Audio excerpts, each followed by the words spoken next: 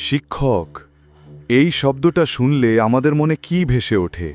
জ্ঞান, শ্রদ্ধা, ভরসা। একজন মানুষ যিনি অন্ধকার থেকে আমাদের আলোর পথে নিয়ে যান। কিন্তু যদি সেই শিক্ষকই হয়ে ওঠে অন্ধকারের দূত, যদি জ্ঞানের বদলে তার হাতে থাকে বিষ, আর ভরসার বদলে থাকে এক শীতল বিশ্বাসঘাতকতা। আজ কালো ডায়েরির পাতায় আমরা খুলব এমনই এক অবিশ্বাস্য শিহরণ জাগানো সত্যের কাহিনী, এক এমন সিরিয়াল কিলারের গল্প যার দিনের বেলার পরিচয় ছিল একজন সম্মানিত প্রাইমারি স্কুলের শিক্ষক, কিন্তু রাত নামলেই সে হয়ে উঠত এক ভয়ঙ্কর শিকারী, এক এমন শয়তান যে প্রেমের জালে ফাঁসিয়ে ২০ জন তরুণীকে ঠেলে দিয়েছিল মৃত্যুর শীতল কোলে। এই গল্প কর্ণাটকের কুখ্যাত সিরিয়াল কিলার মোহন কুমার ওরফে সায়ানাইড মোহনের। এই গল্পটা শেষ পর্যন্ত দেখার অনুরোধ রইল, কারণ এর প্রতিটি বাঁকে লুকিয়ে আছে এমন এক অন্ধকার যা আপনার রাতের ঘুম কেড়ে নিতে পারে।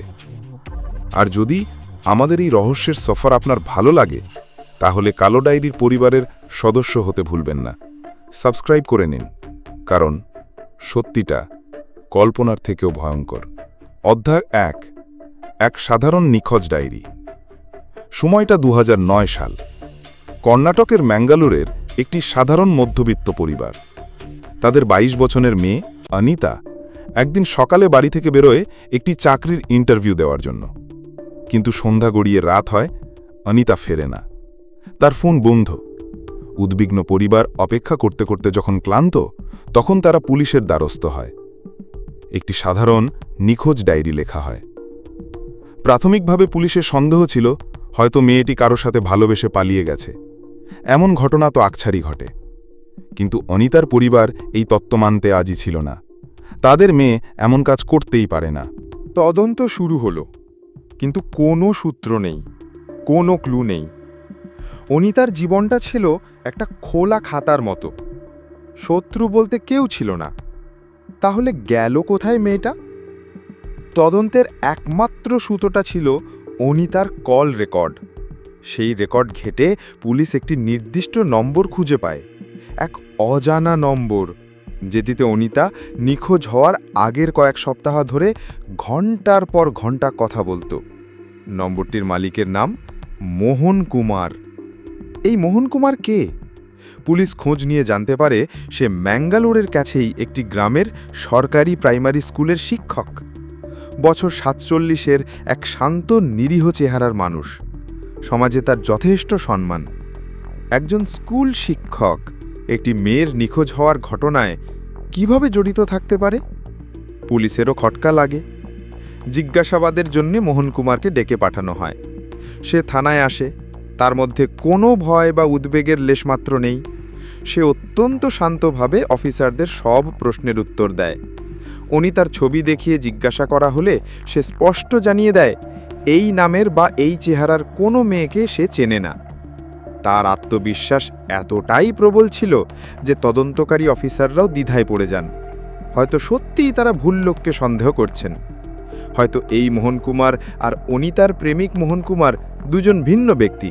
কিন্তু একজন অভিজ্ঞ পুলিশ অফিসারের চোখকে ফাঁকি দেওয়া অতটা সহজ ছিল না।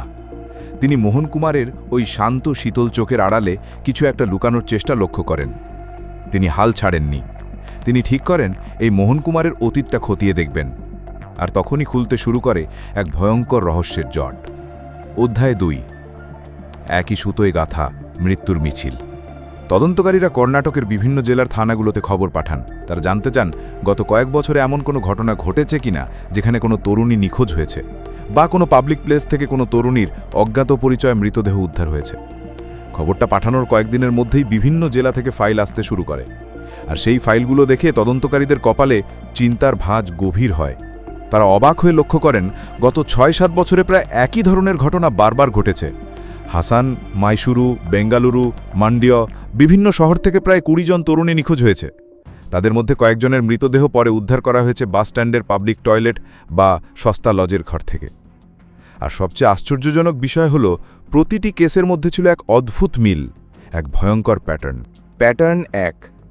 প্রত্যেক শিকারী ছিল তরুণী, অবিবাহিত এবং আর্থিকভাবে অনগ্রসর পরিবারের সদস্য। তাদের বয়স ছিল 20 থেকে 30-এর মধ্যে। প্যাটার্ন 2, তারা প্রত্যেকেই বিয়ের জন্য মরিয়া ছিল। পণ দিতে না পারার কারণে বা অন্য কোনো সামাজিক চাপে তাদের বিয়ে হচ্ছিল না। প্যাটার্ন 3, নিখোঁজ হওয়ার দিন তারা প্রত্যেকেই বাড়ি থেকে নিজের শেষ সম্বল কিছু টাকা এবং গয়না নিয়ে বেরিয়েছিল। প্যাটার্ন 4, যাদের মৃতদেহ পাওয়া গেছে তাদের মৃত্যুর কারণ ছিল সায়ানাইড বিষক্রিয়া, কিন্তু কোনো ধস্তাধস্তির চিহ্ন না থাকায় পুলিশ প্রতিবারই ঘটনাগুলোকে আত্মহত্যা বলে কেস বন্ধ করে দিয়েছিল। এই ভয়ঙ্কর প্যাটার্নের কথা জানতে পেরে পুলিশের শিরদাঁড়া দিয়ে একটা ঠান্ডা স্রোত বয়ে যায়। তারা বুঝতে পারে এটা কোনো বিচ্ছিন্ন ঘটনা নয়, এর পেছনে আছে এক ধূর্ত ঠান্ডা মাথার সিরিয়াল কিলারের হাত। কিন্তু কে সে? উত্তরটা পেতে খুব বেশি দেরি হয়নি। পুলিশ যখন এই নিখোঁজ হওয়া বা মৃত মেয়েদের কল রেকর্ড পরীক্ষা করা শুরু করে, তখন প্রতিটি কেসেই একটি কমন মোবাইল নম্বর খুঁজে পায়, আর সেই নম্বরটা ছিল প্রাইমারি স্কুলের শিক্ষক মোহন কুমারের। অধ্যায় 3, নিরীহ চেহারার আড়ালের শয়তান। এবার পুলিশের কাছে সবটা পরিষ্কার। তারা আর এক মুহূর্ত দেরি না করে মোহন কুমারকে তার বাড়ি থেকে গ্রেফতার করে। এবার আর জিজ্ঞাসাবাদের জন্য ডাকা নয়, সরাসরি গ্রেফতার।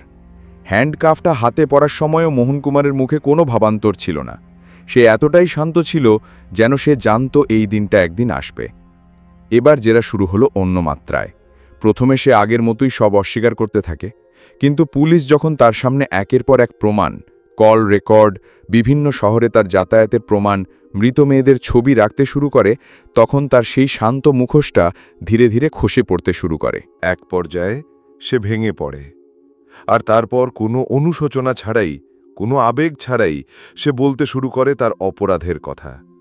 তার সেই স্বীকারোক্তি ছিল এক জলজ্যান্ত শয়তানের জবানবন্দি। মোহন কুমারের অপরাধের পদ্ধতি বা মোডাস অপারেন্ডি ছিল অবিশ্বাস্য রকমের নিখুঁত এবং নৃশংস।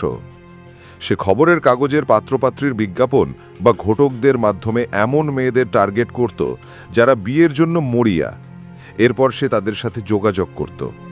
নিজের সরকারি শিক্ষকের পরিচয় দিয়ে সে খুব সহজেই তাদের এবং তাদের পরিবারের বিশ্বাস অর্জন করত। সে নিজেকে একজন আদর্শ পাত্র হিসেবে তুলে ধরত, শিক্ষিত, সচ্চরিত্র এবং নির্লোভ। সে বলতো তার কোনো পণ লাগবে না, সে শুধু একটি ভালো মনের জীবনসঙ্গী চায়। এই কথাগুলোই ছিল তার ফাঁদ। অসহায় মেয়েরা খুব সহজেই সেই ফাঁদে পা দিত। প্রেমের জালে জড়িয়ে পড়ার পর সে মেয়েটিকে বোঝাতো যে তাদের পরিবার এই বিয়ে মেনে নেবে না, তাই তাদের পালিয়ে গিয়ে বিয়ে করতে হবে। সে তাদের স্বপ্ন দেখাতো এক নতুন সুখী জীবনের। তার কথায় বিশ্বাস করে মেয়েটি তার জীবনের শেষ সম্বলটুকু, কিছু জমানো টাকা আর মায়ের দেওয়া গয়না নিয়ে তার সাথে পালিয়ে আসত। মোহন তাকে নিয়ে যেত কোনো বড় শহরে। সেখানে তারা কোনো সস্তা লজে স্বামী স্ত্রীর ভুয়া পরিচয়ে ঘর ভাড়া করত। সেখানে সে মেয়েটির সাথে শারীরিক সম্পর্কে লিপ্ত হতো। এর ফলে মেয়েটির মনে আর কোনো সন্দেহ থাকত না। সে পুরোপুরি বিশ্বাস করত যে মোহনই তার স্বামী। আর তারপর আসত সেই শেষ রাত। পরদিন সকালে সে মেয়েটিকে বলতো, চলো এবার আমরা আমার গ্রামের বাড়িতে যাব, কিন্তু তার আগে একটা কাজ করতে হবে। সে বলতো যেহেতু তারা শারীরিক সম্পর্কে লিপ্ত হয়েছে, তাই গর্ভধারণের একটা সম্ভাবনা থেকে যায়। তাই তাকে একটি গর্ভনিরোধক বড়ি খেতে হবে। এই কথা বলে সে মেয়েটিকে নিয়ে যেত সেই শহরের সবচেয়ে ব্যস্ত বাসস্ট্যান্ডের পাবলিক টয়লেটে। সেখানে সে মেয়েটির হাতে তুলে দিত একটি ক্যাপসুল। মেয়েটি সরল বিশ্বাসে নিজের স্বামীর হাত থেকে সেই ক্যাপসুলটি নিয়ে খেয়ে নিত। কিন্তু সেটি কোনো জীবন রক্ষাকারী ওষুধ ছিল না, সেটি ছিল মৃত্যুর পরোয়ানা, সায়ানাইড ক্যাপসুল। ক্যাপসুলটি খাওয়ার কয়েক মিনিটের মধ্যেই সেই নোংরা অন্ধকার পাবলিক টয়লেটের ভেতরে মেয়েটি একা একা ছটপট করতে করতে মারা যেত। তার মুখ দিয়ে গ্যাজলা উঠত, শরীরটা খিঁচুনিতে বেঁকে যেত, কিন্তু তার সেই অন্তিম আর্তনাদ শোনার মতো কেউ থাকত না। মেয়েটির মৃত্যু নিশ্চিত হওয়ার পর মোহন কুমার শান্তভাবে টয়লেট থেকে বেরিয়ে আসত। সে মেয়েটির ব্যাগ থেকে সমস্ত টাকা ও গয়না নিয়ে সেই শহর থেকে রাতের বাসে চেপে উধাও হয়ে যেত। পেছনে ফেলে রেখে যেত এক অজ্ঞাত পরিচয় মৃতদেহ আর এক রাশ অমীমাংসিত প্রশ্ন। এই একই পদ্ধতিতে 2003 থেকে 2009 এই 6 বছরে সে খুন করেছিল 20 জন তরুণীকে। অধ্যায় 4। কেন এই নৃশংসতা?